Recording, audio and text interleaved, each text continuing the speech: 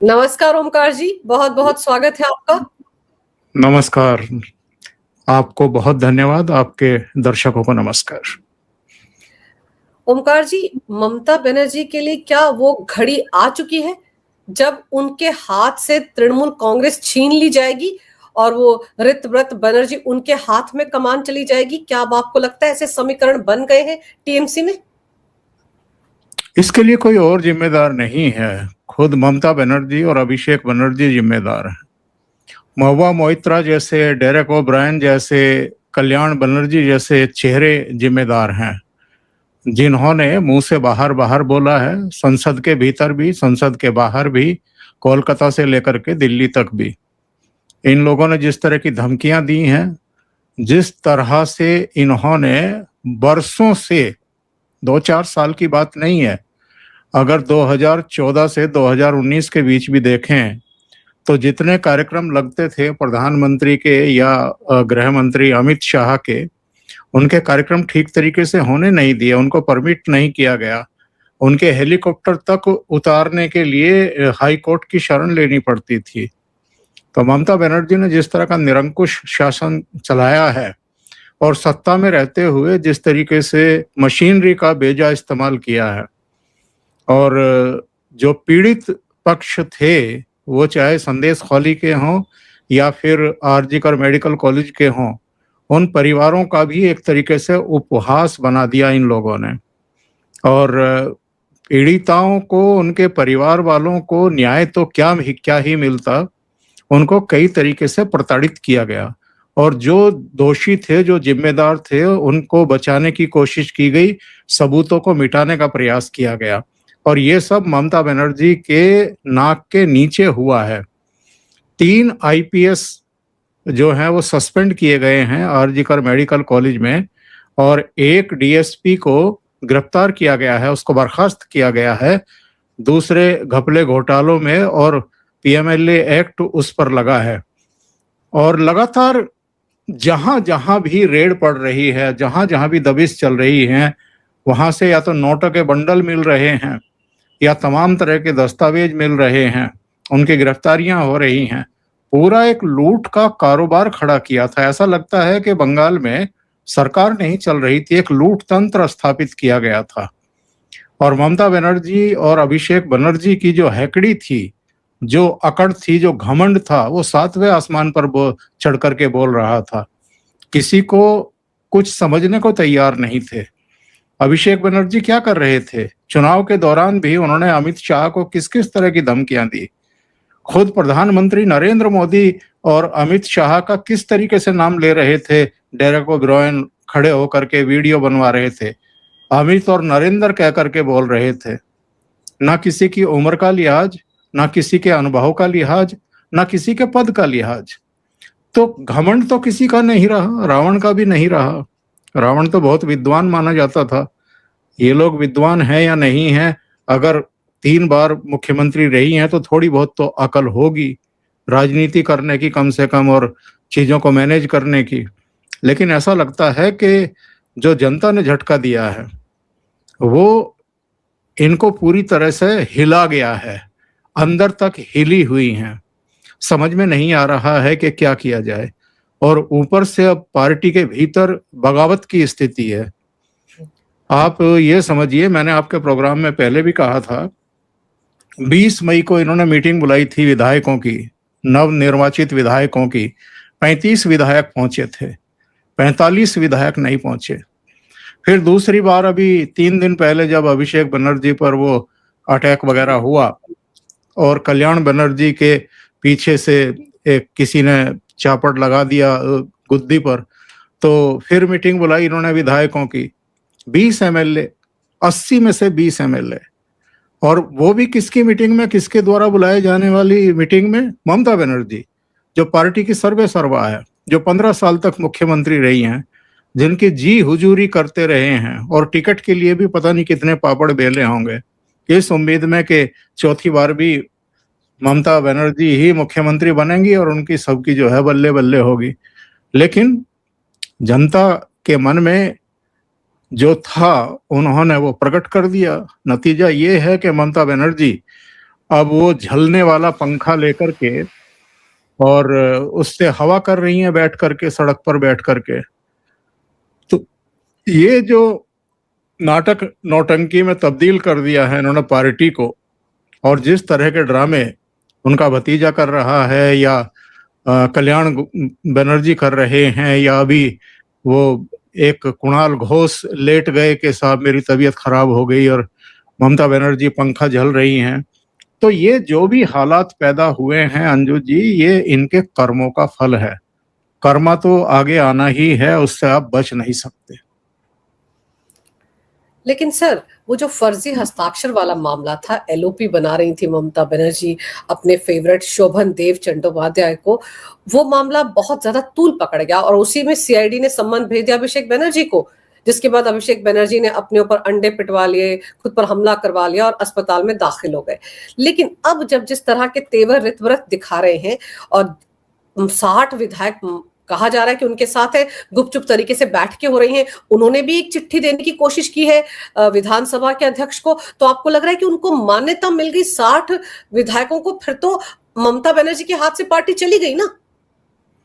जैसे high court में और सुप्रीम कोर्ट में कैविएट लगाई जाती है कि सामने वालों की सुनने से पहले या उनकी याचिका पर फैसला देने से पहले हमारी भी सुन ली जाए, ऐसे ही आज फिरहाद हकीम और कुणाल घोष वगैरह ये गए थे विधानसभा स्पीकर के सचिवालय, और वहां कहा कि साहब ये लोग जो दस्तखत दे रहे हैं या चिट्ठी दे रहे हैं कि हमें अलग से सदन में बैठने की इजाजत दी जाए, और जो दावा कर रहे हैं कि 52 एमएलए इनके साथ है, तो इनकी एक तरफा सुनवाई ना की जाए, सुन लिया जाए, हमारा पक्ष भी सुन लिया जाए। तो वो सब कवायदें शुरू हो गई हैं। याद कर लीजिए ना क्या हुआ था महाराष्ट्र में। शिवसेना जब टूटी थी और एकनाथ शिंदे के नेतृत्व में 40 एमएलए अलग हो गए थे, और उसके साल भर बाद फिर एनसीपी टूटी, शरद पवार से उनके भतीजे ने ही विद्रोह कर दिया और 38-40 एमएलए लेकर के अलग हो गए। तो उस समय भी तो यही सब चल रहा था, यही तौर तरीका था। और मैं पहले भी कहता रहा हूं कि भारतीय जनता पार्टी के साथ इस समय हरीश साल्वे जैसे सुलझे हुए कानूनविद हैं, विधिवेत्ता हैं, वो जो भी सलाह देंगे बीजेपी लीडरशिप को, उसमें खोट निकालना, कमियां निकालना या फाउल हो जाए वो चीजें, इसकी संभावना जरा कम रहती है। तो जो महाराष्ट्र में सलाहें दी गई वो कारगर रही, और जो अब यहाँ बंगाल में होगा, देखिए ये तो राजनीति का खुला खेल फर्रुखाबादी है अंजू जी। आपने अतीत में जो किया है उसका तो आपको भरना पड़ेगा। आप इतनी एरोगेंट तरीके से बिहेव करती रही हैं, तो इसका तो आपको अब नतीजा भुगतना पड़ेगा ना। जब आप विपक्ष में हैं तो आपको समझ में आ जाना चाहिए कि जो विपक्ष की राजनीति उस समय कर रहे थे, विपक्ष की राजनीति करना कितना कष्टपूर्ण होता है अपने आप में। भीड़ जुटाना, चीजों को ऑर्गेनाइज करना और जनसभा करना तो और भी मुश्किल होता है। चलो बीजेपी के पास तो संसाधन है और उनको अच्छा खासा डोनेशन भी मिलता है हर साल, वो तो सक्षम पार्टी है। लेकिन बाकी पार्टियों का क्या हाल है, या बाकी नेताओं का क्या हाल करके छोड़ रखा था आपने, किसी को आवाज उठाने का।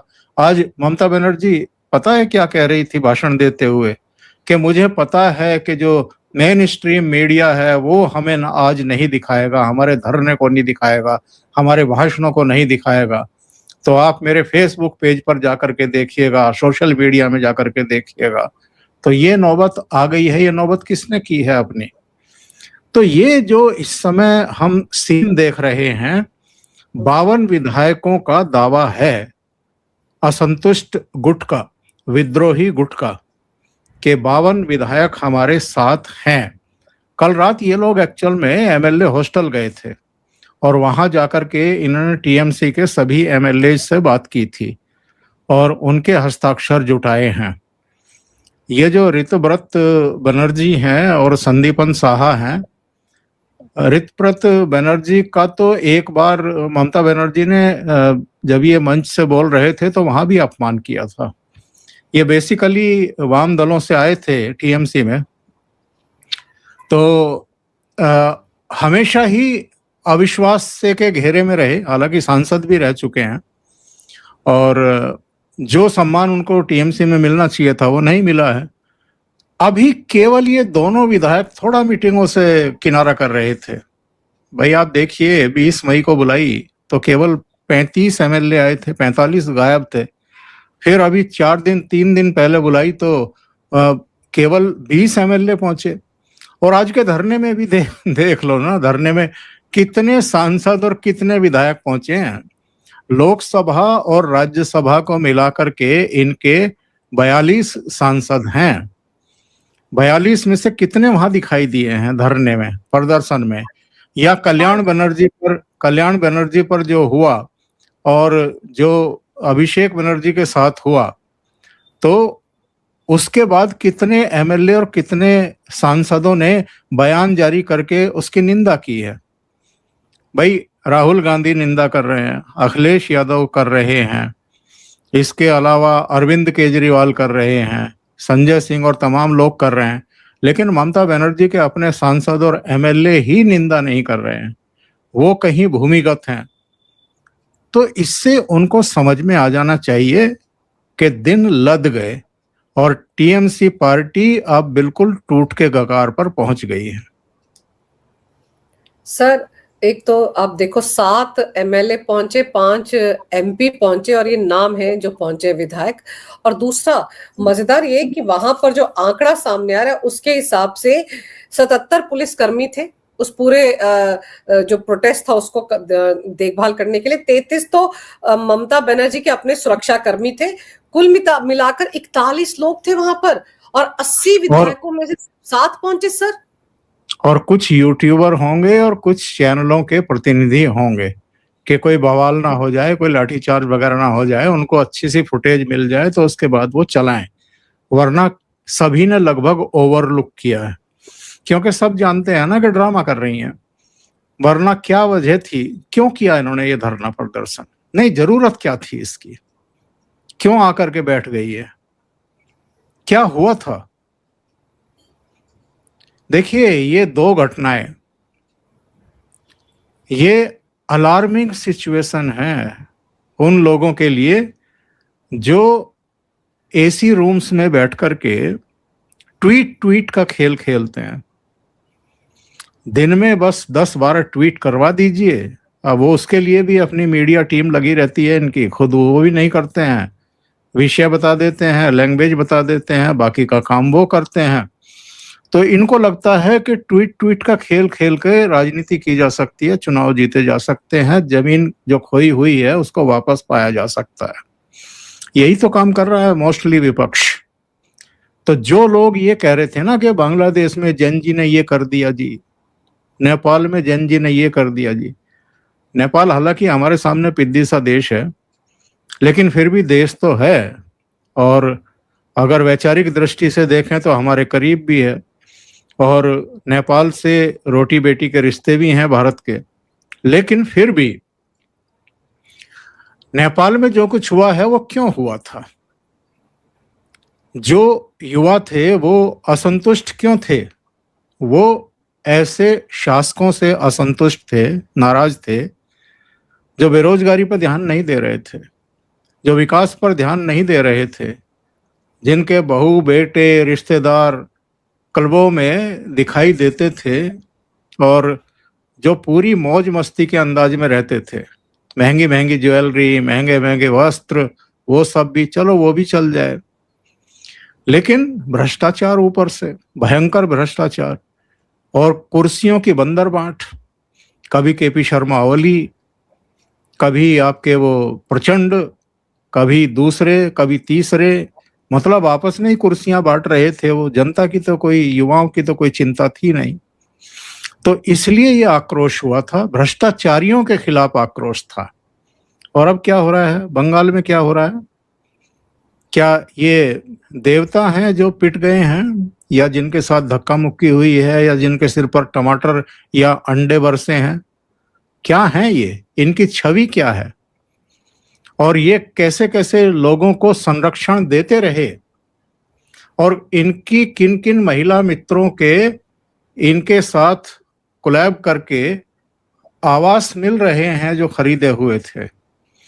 ये सब चीजें पब्लिक की समझ में नहीं आती हैं कि क्या गुलगापाड़े किए हैं आपने जब सत्ता आपके हाथ में थी, पावर आपके हाथ में थी। तो ये गुस्सा है। और कैसे कैसे गुंडों को अलग अलग क्षेत्रों में आपने पाल रखा है, और फिर अगर चुनावी हिंसा में उनमें से 2 4 5 7 काम आ गए तो आप फिर उनके परिवारों के बीच जा रहे हैं, बिना सिक्योरिटी के जा रहे हैं। वैसे तो जब सत्ता थी तो 30-30 35-35 कारों का काफिला आपके साथ चलता था। इनके घर पर कोई मिलने जाता था, वो चाहे आईपीएस हो, आईएएस हो, या मंत्री हो, या बड़े से बड़ा नेता हो, उसको इंतजार कराया जाता था, मेटल डिटेक्टर से गुजारा जाता था, और वहां ये मोटरसाइकिल पर बैठ करके हीरो बनने के लिए पहुंच गए। तो पब्लिक के हाथ जब कोई चढ़ता है ना, तो फिर यही होता है जो वहां हुआ है। और कल्याण बनर्जी को तो कुछ ज्यादा कुछ हुआ भी नहीं था, किसी ने पीछे से चलते हुए एक चट्टू मार दिया था, उसी में वो लेट गए सड़क पे, और लेट करके जो है ड्रामा कर दिया उन्होंने। एक भीगा हुआ कपड़ा अपने सिर पर लगा करके ये कहने लगे कि मेरा तो सिर फोड़ दिया। अब वो जब कैमरों पर आया, उस कपड़ा हटाया तो कुछ भी नहीं, खून की एक बूंद भी नहीं, तो एक्सपोज हो गए। अच्छा, लेटे लेटे आप फोन पे बात कर रहे हो, किससे बात कर रहे हो? अरे चोट लगी है तो कुछ तो कराहट निकलेगी ना किसी आदमी के मुंह से। फिर माइक लेकर के भाषण देना शुरू कर दिया टीएमसी के समर्थक जो वहां इकट्ठा हुए थे। ये भी नहीं है कि अगर चोट लगी है तो अस्पताल चले जाओ, पट्टी वट्टी करवा लो। ममता बनर्जी जब हालचाल पूछने के लिए उनके घर गई तो अपने आप ही एक पट्टी बांध करके बैठ गए। तो ये ड्रामा कंपनी ज्यादा लग रही है। आज भी धरना स्थल पर कुणाल घोष बेहोश होकर के लेट जाने का नाटक कर रहे हैं, और ममता बनर्जी एक पंखा हाथ में लेकर के ऊपर से झल रही है, ताकि ये मोमेंट जो है वो कैमरों में कैद हो जाए और जनता तक पहुंच जाए कि देखिए कितनी ममतामयी है ममता जी, अपने कार्यकर्ताओं का कितना ख्याल रखती हैं। ये तो कुछ दुष्ट किस्म के 52-54 विधायक हैं जो हाथ छुड़ा करके भागने की मुद्रा में आ गए हैं। सर, ये जितना भी ड्रामा हो रहा है तो ममता बनर्जी तो एक्सपोज हो गई। कहीं आपको नहीं लगता कि ये जो इन्होंने धरना दिया था, जो प्रोटेस्ट किया, इसमें भी कोशिश कर रही थी कहीं से इनको कोई पत्थर आकर लग जाए या कोई अंडा आकर लग जाए तो ये भी सड़क पर फैल जाए और ये भी 2021 की तरह ड्रामा करके व्हील चेयर पर सवार हो जाए? क्योंकि इस वक्त तो ये जानबूझकर सड़कों पर उतर रहे हैं सिर्फ इस मकसद से कि कहीं से कोई अंडा या कोई पत्थर लग जाए और ये बवाल काट दे और कह दे देखिए कैसी लॉ एंड ऑर्डर है। आप देखो ना, जितना कुछ हुआ अभिषेक बनर्जी के साथ या कल्याण बनर्जी के साथ, उसके बाद एक सिरे से सारे विपक्ष ने, चाहे खड़गे हो, राहुल गांधी हो, अखिलेश हो, सबने बुराई की। लेकिन 2021 में जब पोस्ट पोल वायलेंस में इतने सारे हिंदू मारे गए थे सर, कितनों को लटका दिया गया था, कितनी महिलाओं के साथ बलात्कार हुआ, तब ये विपक्ष मुंह में दही जमा कर बैठा हुआ था। ये मुंह में दही जमा करके बैठे हुए थे, तभी तो दुर्दशा को प्राप्त हो रहे हैं अलग अलग राज्यों में, क्योंकि हिंदू अब जाग गया है, एकजुट हो गया है, और सनातनी एकता के सामने ये लोग टिक नहीं सकते हैं। आप इनके नाटक नौटंकी की बात कर रहे हैं कि कहीं से एक पत्थर आ जाए, टमाटर लग जाए, अंडे वंडे लग जाए। आपको याद है ये अरविंद केजरीवाल क्या कराया करते थे जब रोड शो करते थे? चांटा लगवाते थे किसी ना किसी से, स्याही फकवा लेते थे, स्याही फेंकवा लेते थे, चांटा लगवा देते थे, और उसके बाद मिठाई का डिब्बा लेकर के चाटा मारने वाले के घर पहुंच जाते थे। एक बार मनीष सिसोदिया और खुद पहुंच गए थे मिठाई का डिब्बा लेकर के कि तुमने बहुत बढ़िया काम किया, मिठाई खाओ। तो ये जो बेशर्मी है ये भारत में ही देखने को मिल सकती है, वरना कानून को अपना काम करने देना चाहिए। जिसने आपको हार्म करने की कोशिश की है, आप पर अटैक करने की कोशिश की है, तो उसको आप मिठाई खिलाएंगे जा करके। और बाद में पता लगा कि उनमें से कई कार्यकर्ता तो टीएमसी, इसके आम आदमी पार्टी के ही पुराने कार्यकर्ता हैं जो इससे नाराज थे। एक वो 3 व्हीलर वाला था, एक कोई और था, कई ऐसे निकले जिसने हाथ उठाया, और फिर बाद में पता लगा कि वो टीएमसी में रह चुका है, टीएमसी के लिए काम कर चुका है। तो ये नाटक नौटंकी चलेगी। देखो, मेरा पहले भी ये कहना था, आज फिर दोहरा देता हूं, जब इतनी पिटाई हो रही हो, वैसे नहीं, मतलब चुनाव के क्षेत्र में, राजनीति के क्षेत्र में जब मुकाबले में आप चारों खाने चित्त हो रहे हों, जीत की कोई संभावना ही दिखाई ना दे रही हो, तो आदमी बैठ करके रोएगा तो, गाएगा तो गा रहे हैं, ये छाती पीट रहे हैं, तो कम से कम इतना हक तो इनको देंगे लोकतंत्र में। तो वही चल रहा है, अभी स्यापा चल रहा है अंजू जी। तो इनके पानी वानी का इंतजाम करना चाहिए शुभेंदु अधिकारी को। वहां एक टैंकर वैंकर खड़ा करवा देते, 10-20 गिलास भिजवा देते कि भाई चलो आप लोग यहाँ गर्मी में आकर के बैठ रहे हो, स्यापा कर रहे हो, हाय तौबा कर रहे हो, गला सूख रहा होगा, लंबे लंबे भाषण दे रहे हो, पानी तो पियो कम से कम। शरबत वरबत का इंतजाम करवा देते। सर, ममता बनर्जी तो कह रही है बीजेपी को कि जब तक मैं तुमको सत्ता से हटा नहीं लूंगी तब तक मैं मरूंगी नहीं। और देखिए बीजेपी को साथ साथ ये भी कह रही है शुभेंदु को टारगेट करते हुए कि बीजेपी वालों के हाथ में सत्ता नहीं है, बाहर से आए लोगों के हाथ में सत्ता है। ये दुष्प्रचार इन्होंने चुनाव प्रचार के दौरान भी किया था कि गुजरातियों का राज हो जाएगा। तब अमित शाह ने कहा था कि बंगाल का बेटा बंगाल में ही पैदा हुआ, बंगाल में ही पढ़ा लिखा और बंगाल की ही राजनीति करने वाला बंगाल का मुख्यमंत्री होगा।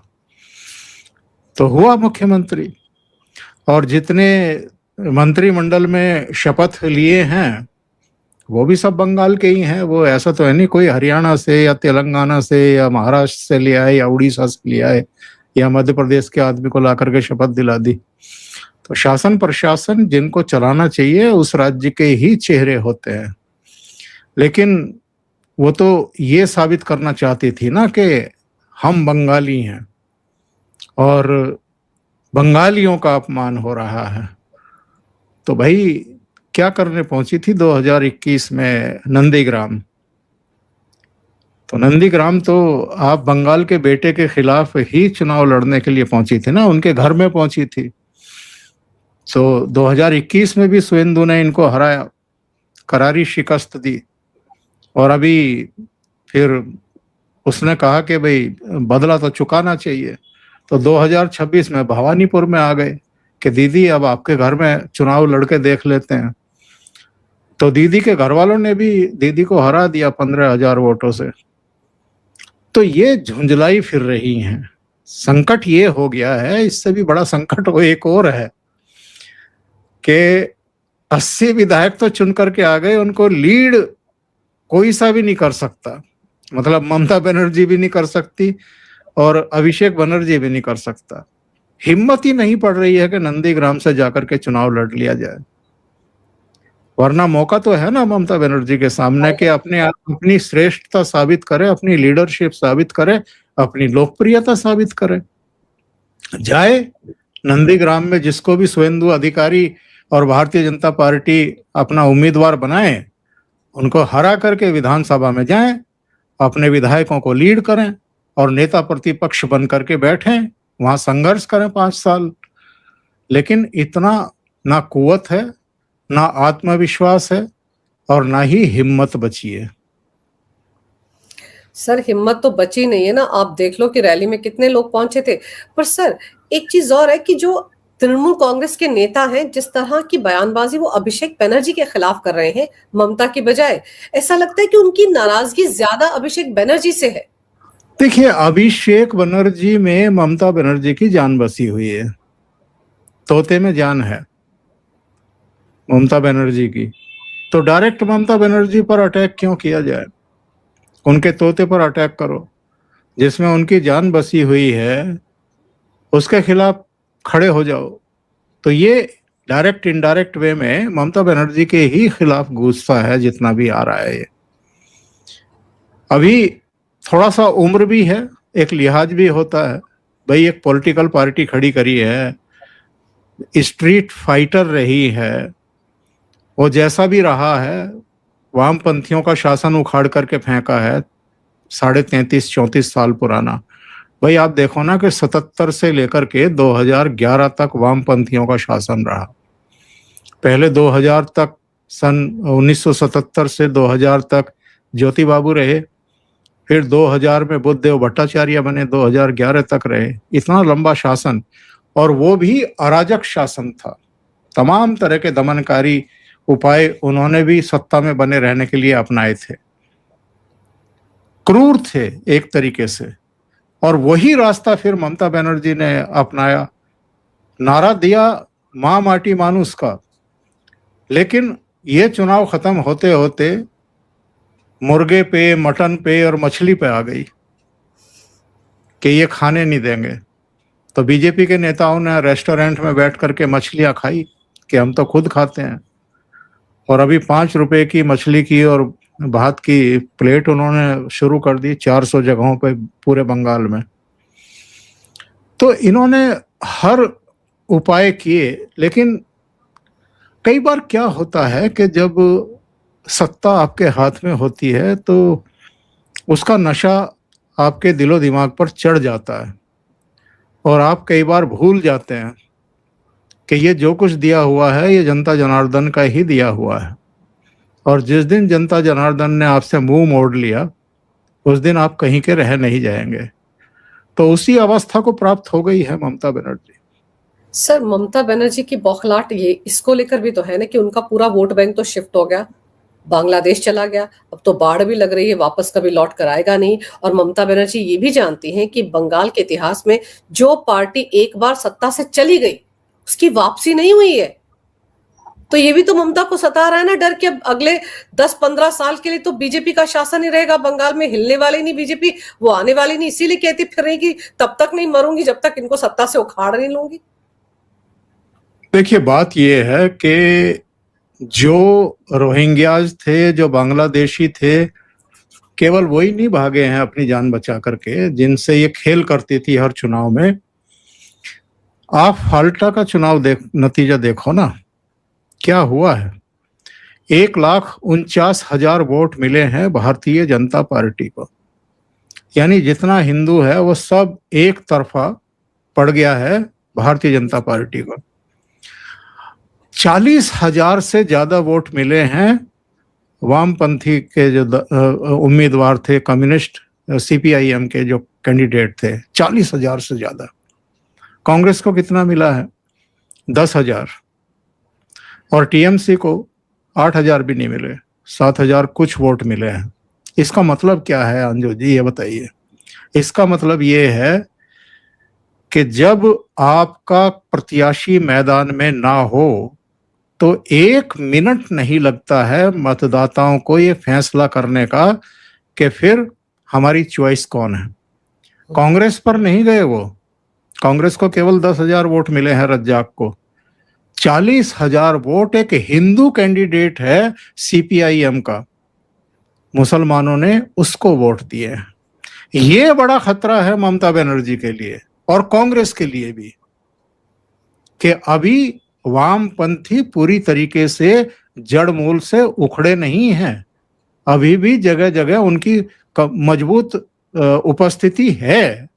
अगर निष्पक्ष तरीके से चुनाव हो जाए तो मुझे आशंका है इस बात की कि आगे को टीएमसी खत्म होगी, आपका ये कांग्रेस खत्म होगी, और कहीं भारतीय जनता पार्टी और वामपंथियों में मुकाबला ना हो आगे जाकर के, या जो टीएमसी से टूट करके अलग दल अब बनने की स्थिति में आ गया है, कहीं वो मजबूती ना पकड़े और ममता बनर्जी और अभिषेक बनर्जी के नेतृत्व वाला टीएमसी का गुट पूरी तरीके से इरिलेवेंट हो जाए, अलग थलग पड़ जाए। सर, ममता बनर्जी को तो दिक्कत ये भी है ना कि जैसे ही चुनाव हारी थी तो उन्होंने कहा था आइए सब लोग एक हो जाइए, पूरे इंडी गठबंधन का आह्वान किया था। अल्ट्रा नक्सल्स होते हैं उनके साथ भी समझौता करने को तैयार थी, लेफ्ट के साथ भी समझौता करने को तैयार थी, लेकिन वहीं फाल्टा में देखा कि दूसरे नंबर पर तो लेफ्ट का ही कैंडिडेट आ गया, तो ममता के तो वैसे तोते उड़ गए। और अब आपको लग रहा है कि आज कल में ये फैसला हो जाएगा कि एक नई तृणमूल कांग्रेस बन गई और वो चुनाव चिन्ह भी उनको मिल जाएगा क्या? सर, पहले तो ये सभी के सभी विधायक कोशिश कर रहे थे बीजेपी में जाने की, लेकिन आज की तारीख में अगर ये अलग पार्टी बना रहे हैं तो जो कांड इन्होंने किए हैं ममता बनर्जी की पार्टी में रहकर, तृणमूल में रहकर, उनसे वो धुल जाएंगे क्या? बंगाल की जनता इन सबको माफ कर देगी जो बचे हुए 60 है? देखिए, बात ऐसी है कि भारतीय जनता पार्टी ने अपने दरवाजे क्यों बंद कर दिए हैं टीएमसी के एमएलए और एमपी के लिए? उन्होंने दरवाजे बंद कर दिए। उन्होंने कहा कि हम नहीं लेंगे, इन्हें नहीं लेंगे। और 3 महीने के लिए तो वैसे ही बंद कर रखे हैं कि 3 महीना हम किसी को भी शामिल नहीं करेंगे। एक तो भारतीय जनता पार्टी को जरूरत नहीं है, 208 उनके अपने चुन करके आ गए, प्रचंड बहुमत है, किसी के समर्थन की जरूरत नहीं, किसी की संख्या की भी जरूरत नहीं है। दूसरी बात यह है कि स्क्रूटनी करके वो लेंगे, अगर किसी को लिया तो उसका पूरा इतिहास खंगालेंगे, उसने क्या कर्म किए हैं, कारनामे किए हैं, उसकी पैमाइश होगी। दूसरे, जो काम इन्होंने महाराष्ट्र में किया है, बहुत सोच समझ करके किया है कि भैया अपना अलग गुट बनाओ, अलग मान्यता लो, अपने को असली एनसीपी बताओ, असली शिवसेना बताओ। चुनाव आयोग और सुप्रीम कोर्ट में अगर तुम्हें मदद हो विधि वेत्ताओं की, सलाहों की, वो सब उपलब्ध कराएंगे। लेकिन ये लड़ाई आपको खुद लड़नी है, यानी उनके चंगुल से अगर आपको निकलना है, भाई शरद पवार के चंगुल से अगर निकलना था तो उसकी पूरी मदद की गई। उद्धव ठाकरे से मुक्त करानी थी शिवसेना, और इन दोनों का गुरूर भी तोड़ना था, क्योंकि 2019 में जनादेश तो भारतीय जनता पार्टी और शिवसेना को मिला था ना सरकार बनाने का। तो उद्धव ठाकरे को लालच दे करके किसने उकसाया कि कांग्रेस से 10 जनपद से बात हम करा देंगे? शरद पवार ने। तो ये दोनों ही जिम्मेदार थे कि जो देवेंद्र फडणवीस को मुख्यमंत्री नहीं बनने दिया, बीजेपी की निरंतरता में दूसरी बार मुख्य शासन नहीं आने दिया, तो दोनों को सबक सिखाया बीजेपी ने, अलग अंदाज में सिखाया। यहां भी कोई कसर बाकी नहीं छोड़ी है पिछले 10-15 सालों में ममता बनर्जी ने। जितनी हत्याएं हुई हैं, जितना खून खराबा हुआ है, जितने लूटपाट हुई है, जितना दमन हुआ है, जितने रेप हुए हैं विरोधियों के परिवारों के, बताते हुए भी मतलब हिचकिचाहट होती है अंजू जी, ये हाल हुआ है। उनको हाई कोर्ट और सुप्रीम कोर्ट तक जाना पड़ा अपनी लड़ाई लड़ने के लिए। तो इनको भी सबक मिलना बहुत जरूरी है। तो मुझे लगता है कि यहाँ भी महाराष्ट्र रिपीट होगा। जैसे एनसीपी और शिवसेना टूटी है, ऐसे ही टीएमसी भी टूटने जा रही है, एक अलग धड़ा बनने जा रहा है। शायद ये काम कल ही हो जाए, उसका एक नेता होगा और फिर एमपी और एमएलए सब उसके पीछे खड़े होंगे। इसी तरीके से बहुत बड़े पैमाने पर अलग अलग नगर पालिकाओं, नगर परिषदों, नगर निगमों के पार्षद रिजाइन कर रहे हैं। आज ही डायमंड हार्बर के भी शायद 15 या 16 या 13 पार्षदों ने इस्तीफा दिया है टीएमसी से।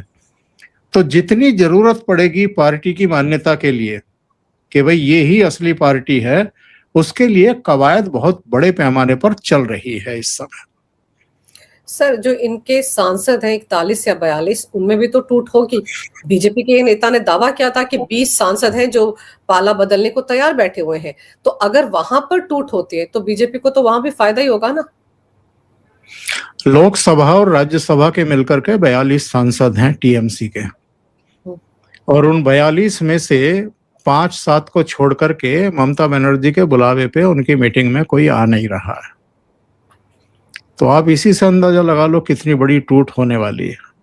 सर, ममता बनर्जी के लिए आने वाला वक्त बड़ा कठिन होता जा रहा है, और उनको इस प्रोटेस्ट में ही समझ में आ गया होगा कि उनके साथ तृणमूल कांग्रेस के कितने विधायक और सांसद हैं। सबसे ज्यादा शर्म की बात तो ये है सर कि कोई 7 विधायक पहुंचे और 5 एमपी पहुंचे, और जनता तो नाम मात्र की थी वहां पर। तो किस मुंह से ममता बनर्जी ये आरोप लगा रही थी बीजेपी पर कि 177 सीटों पर धांधली हुई है। ममता बनर्जी को अपने गिरेबान में झांकने की जरूरत है सर।